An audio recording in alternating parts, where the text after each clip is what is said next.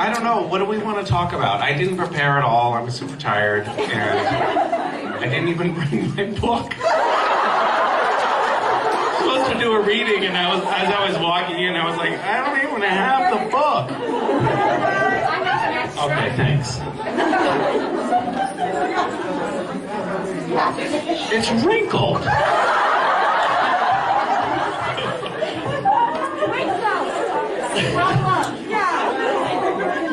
It's a precious thing. I can't believe it's wrinkled. Okay. He does have an unwrinkled one, so how does this work? I can tell you one thing. So I actually am very comfortable in front of crowds.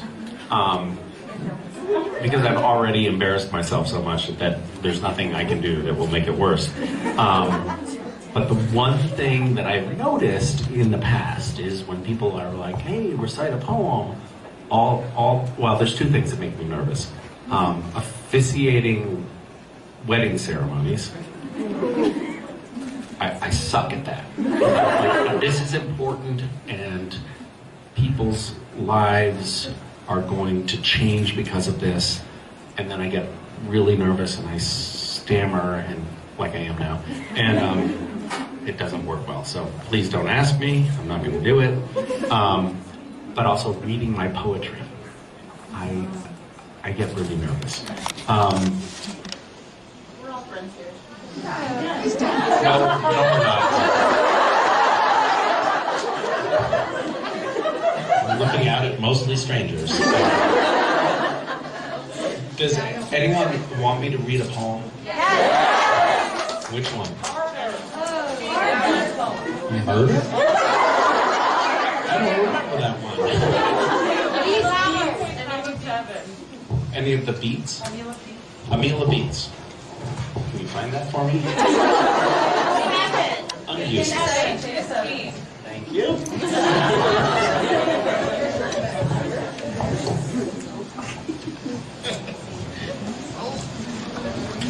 You're doing great.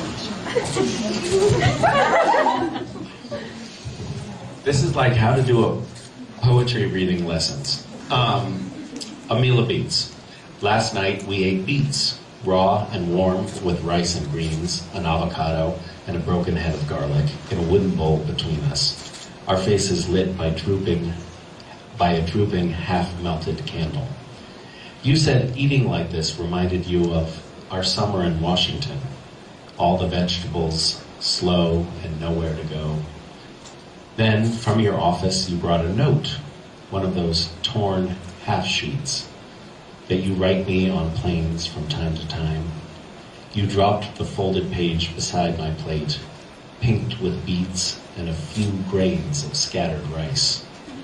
I leaned in toward the candle across our table to your adoring eyes and read these words, written while you were crying at a window seat. Now, after 17 years, 4 cities, shared partners, pregnancy scares, and so many things that add up to 2 lives already lived. Reading your note at our table, in my voice, I heard you were ready to accept my love, which, of course, changes everything.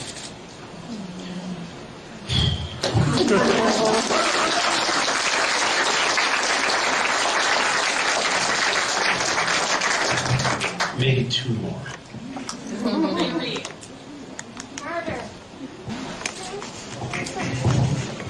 Reread.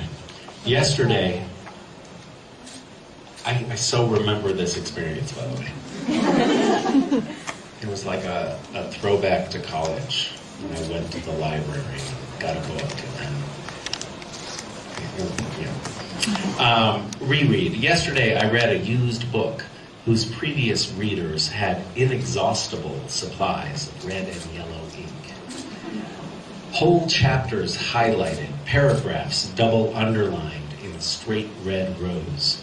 And I imagined my young 4-reader hunched late at a shared table in the Portland State Library, hiding a cold, surreptitious coffee between his legs, reading lines like, "Be the running, not the runner," and uncapping his red pen yet again, thinking, yes, yes, that's it.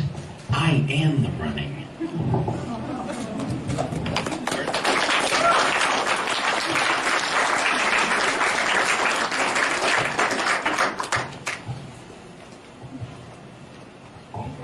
Do you all notice how poets have like a poet dialect? I guess special cadence. And I'm trying not to do that. And I'm noticing, I'm like, oh fuck, I'm doing that. Why am I doing that?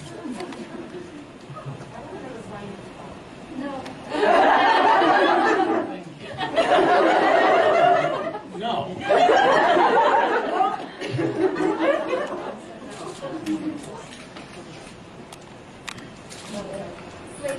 Can you just snap your fingers when I start doing poetry dialect?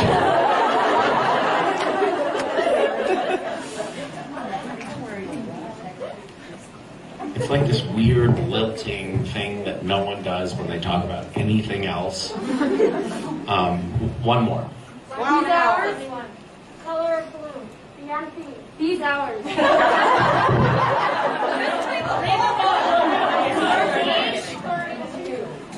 Random page. Flip it to a random page. Your favorite poem. Random page was the right answer.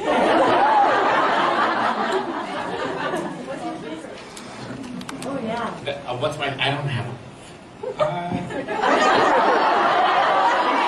That's not true. I do have favorites, but I'm not going to share them. Random page is Eugenia. In my yard, there's a kind of plant growing. Thank you. It was an honest snap. In my yard, there's a plant growing.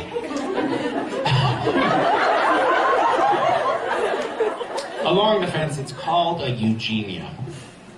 And I want it to be a hedge that blocks the lights of a liquor store. But my Eugenia has grown to be a hedge-like tree with thick trunks and high branches that...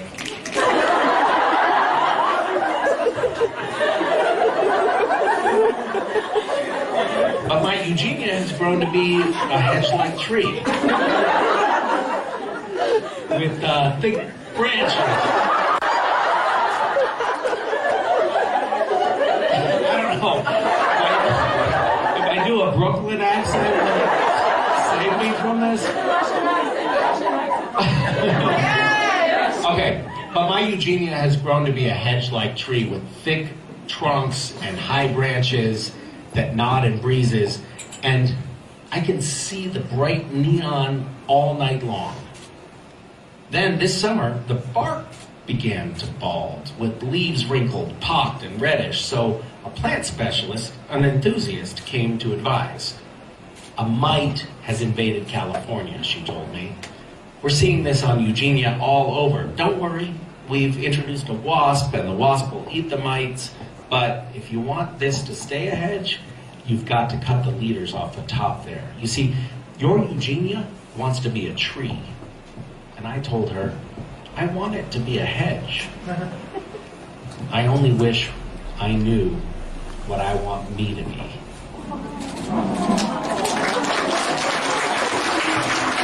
Thanks for your charity. I knew you should have been having a lot of time.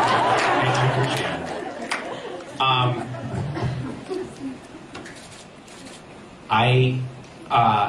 I don't know why I wrote this book. I don't know why I'm promoting it so hard. No one gets rich off poetry.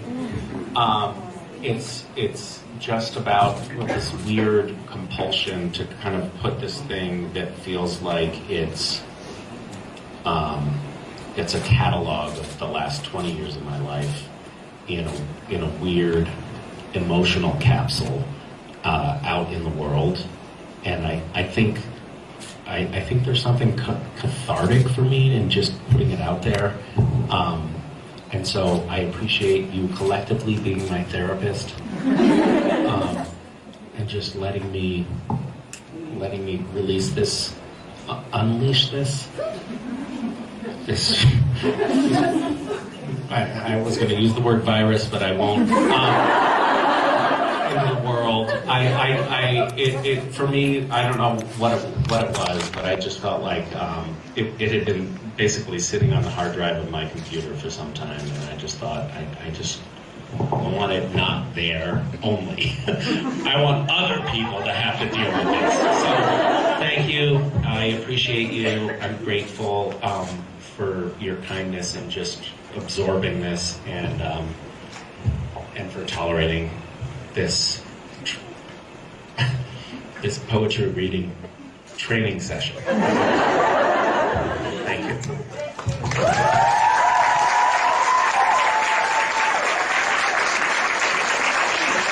Am I considering a throne here? Well, okay, great. Oh. No question. Yes, I will take questions. And I reserve the right to refuse questions. Yes. Yes. Hi. Or what length of time did you write this? All the poems? Like years? Months? I wrote these poems over the course of one long morning.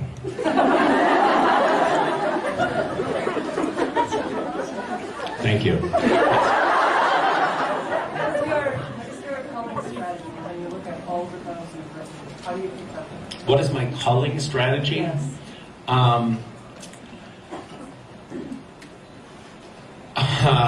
It's simply the cringe test. It's like, I mean, and by the way, I like rereading things now. I'm like, wait, how did that pass the cringe test? But I mean, it was longer than it is now. Yeah. Okay. Wait away. Yes.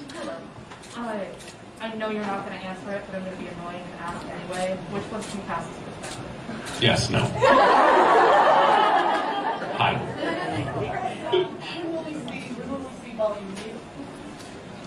When will we see volume 2? No.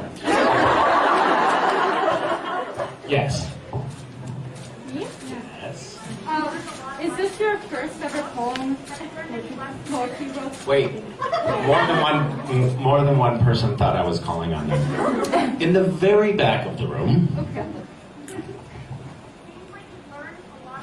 Abby, I can't hear a word you're saying. Can you please get a microphone? Don't take your mask off.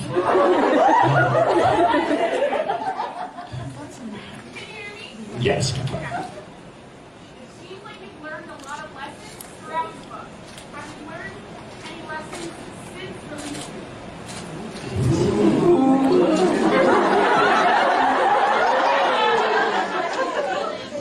How long have you been writing this question? Since I think I didn't learn lessons writing the book, so you're wrong. But I did change, and I mean, the first poem I wrote was about, like, did I miss out on not having kids? Like, I was kind of a kid when I started writing poems. And the last poem in the book is about, like, I just want to hold on to my kid's childhood. Like, it's a very different person writing those poems. But I can say this, there was a little bit of this is maybe just about the artistic journey, and I use that term very loosely. But when I first started writing poems, I was just writing poems as almost a meditation for myself. And then I wrote a bunch of poems, and I was like, I like my poems.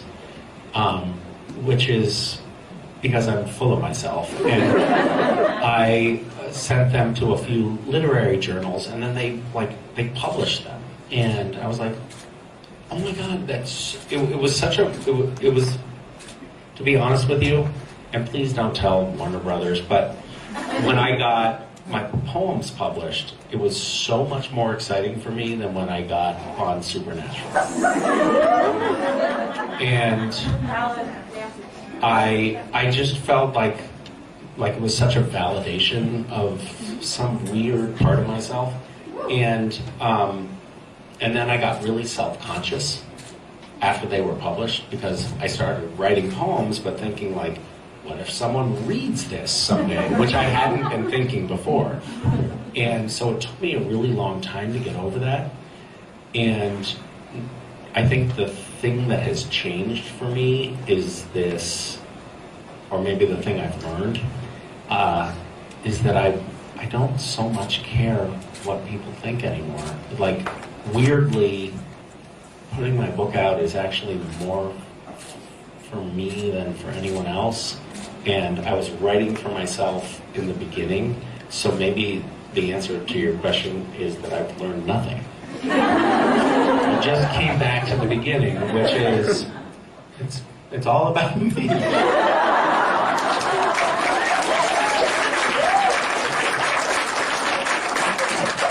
Okay, one more. Who was the person that thought I was calling on them? That's what I want to talk to. Come back. I just didn't see your hand before. That's all. Can a friend speak for her? If you had to choose between government, poetry, or acting, what would you? If I had to choose between government, poetry, or acting, what? Actoring?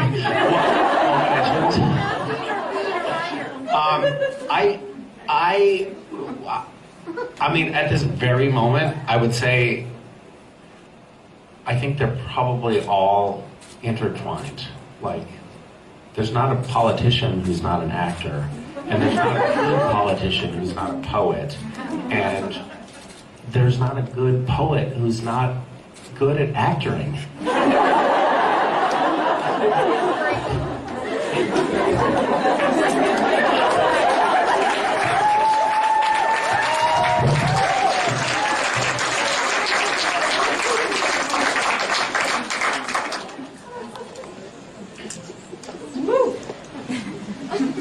Well, this is awkward. So the main event is here. I'm going to explain how the signing line is going to work.